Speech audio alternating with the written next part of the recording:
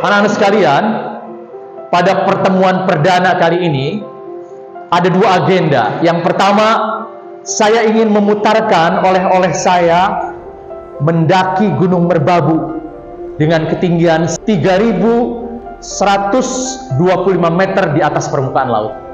Gunungnya kering, tidak ada sumber air, sehingga setiap orang yang mendaki ke sana harus membawa 3 botol air, yang satu botolnya berisi 1,5 liter dengan bobot 1,5 kilo per botol.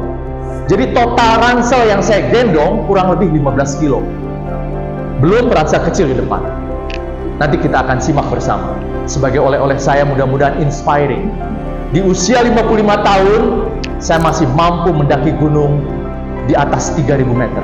Itu yang pertama. Yang kedua, yang akan kita bicarakan lebih awal, saya ingin mengangkat dialog apa yang disebut sebagai the beginning of the end. Mumpung masih ada waktu 1 tahun ke depan, kira-kira persiapan apa yang akan kalian lakukan menyambut akhir studi kalian di SMA? Oke, saya ingin tanya ya. Akhir studi atau akhir masa belajar di SMA itu apa sih? Siapa yang mau jawab?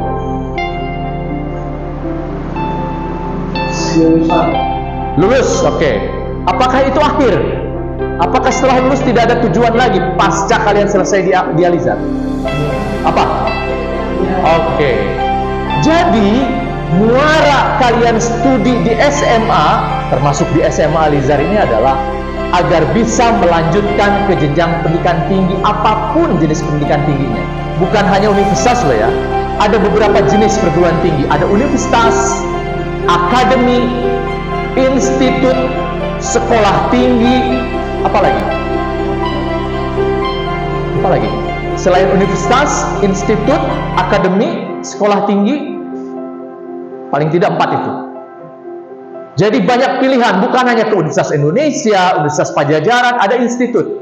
Apa bedanya institut, akademi, sekolah tinggi? Apa lagi tadi? Ya, apa bedanya? Nanti itu ranah bahasannya dengan guru BK ya. Jadi saya ingin ingatkan, tujuan akhir kalian studi di SMA adalah melanjutkan ke pendidikan tinggi. Beda dengan SMK. Kalau SMK dipersiapkan anak-anak SMK itu untuk langsung bekerja, walaupun sebagian dari mereka ada yang melanjutkan ke pendidikan tinggi.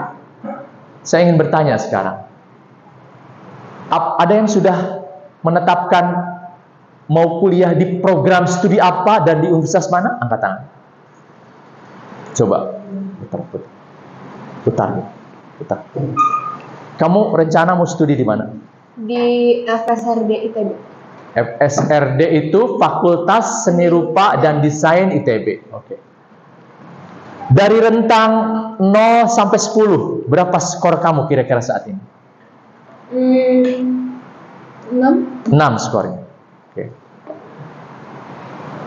Dalam tempo 1 tahun ke depan, apa yang dilakukan agar skornya optimal menjadi 10?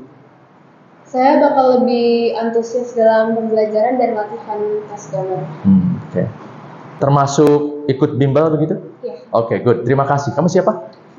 Fraya. Terima kasih, Fraya.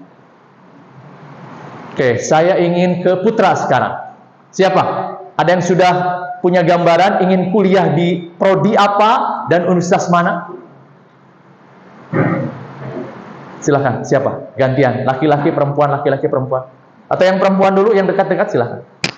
Kamu? Oh. Silakan. Sudah punya gambaran kuliah di prodi mana? Prodinya STI. STI itu apa? Sekolah Tinggi ITB. STI itu Teknik Elektroinformatik. di ITB ya. Dari rentang 1 sampai 10, skor kamu berapa sekarang? 5. Nah, dalam waktu 1 tahun ke depan, apa yang akan dilakukan agar skornya optimal? Mempersiapkan diri. Lebih spesifik apa? Lebih belajar sungguh-sungguh. Oke, belajar sungguh-sungguh. Oke, terima kasih. Oke, saya ingin ingatkan ya, kalian harus dari sekarang membuat roadmap, peta jalan. Sudah ketemu dengan wali kelas belum? Bagaimana membuat roadmap dan manajemen waktu? Sudah ya? Roadmap ini menjadi penting secara individu, apalagi sebuah organisasi. Tanpa roadmap, kalian akan disorientasi, kehilangan arah. Saya kalau mau hiking atau cycling selalu membuat roadmap. Di mana titik kumpul, kemudian jam berapa harus berangkat. Kalau goes ya, jam berapa makan siang, di mana, jam berapa sampai ke tujuan, jam berapa membuka tenda dan sebagainya. Termasuk hiking kemarin.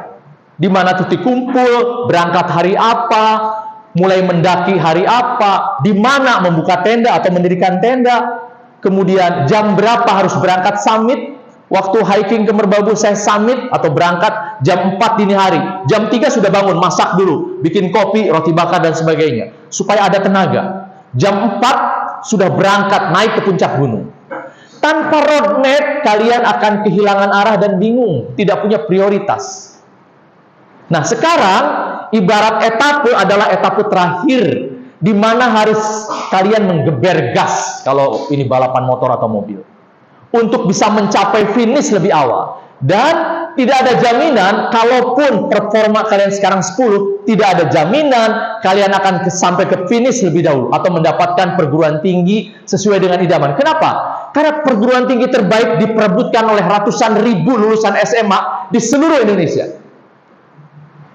Lulusan SMA yang berminat masuk ke Universitas Indonesia bukan hanya dari SMA di Al-Azhar dan Jakarta, tapi dari berbagai pelosok Indonesia. Begitu ya? Jadi kalaupun kalian skornya merasa sudah optimal 10 saat ini, tidak ada jaminan bahwa kalian akan diterima di universitas atau perguruan tinggi yang kalian tuju. Kenapa? Ada saingannya. Jadi kalau satu orang masuk ke UI, pasti ada sekian orang yang gagal. Pasti. Kenapa? Karena ada ketimpangan antara kapasitas Universitas Indonesia atau kapasitas UNPAD atau kapasitas ITB dengan peminatnya. Kalau antara peminat dengan kapasitas perguruan tinggi sama, apa yang terjadi? Semuanya diterima. Nggak perlu repot-repot. Di Indonesia begitu sulitnya masuk ke tadi beberapa universitas ternama tadi. Universitas Indonesia, Pajajaran, Gajah Mada, ITB, IPB dan sebagainya. Kenapa? Karena antara peminat dan daya tampung terjadi ketimpangan yang luar biasa. Begitu ya? Jadi dari sekarang kalian mengacak diri, berapa skor kalian saat ini? Nggak apa-apa sejujurnya.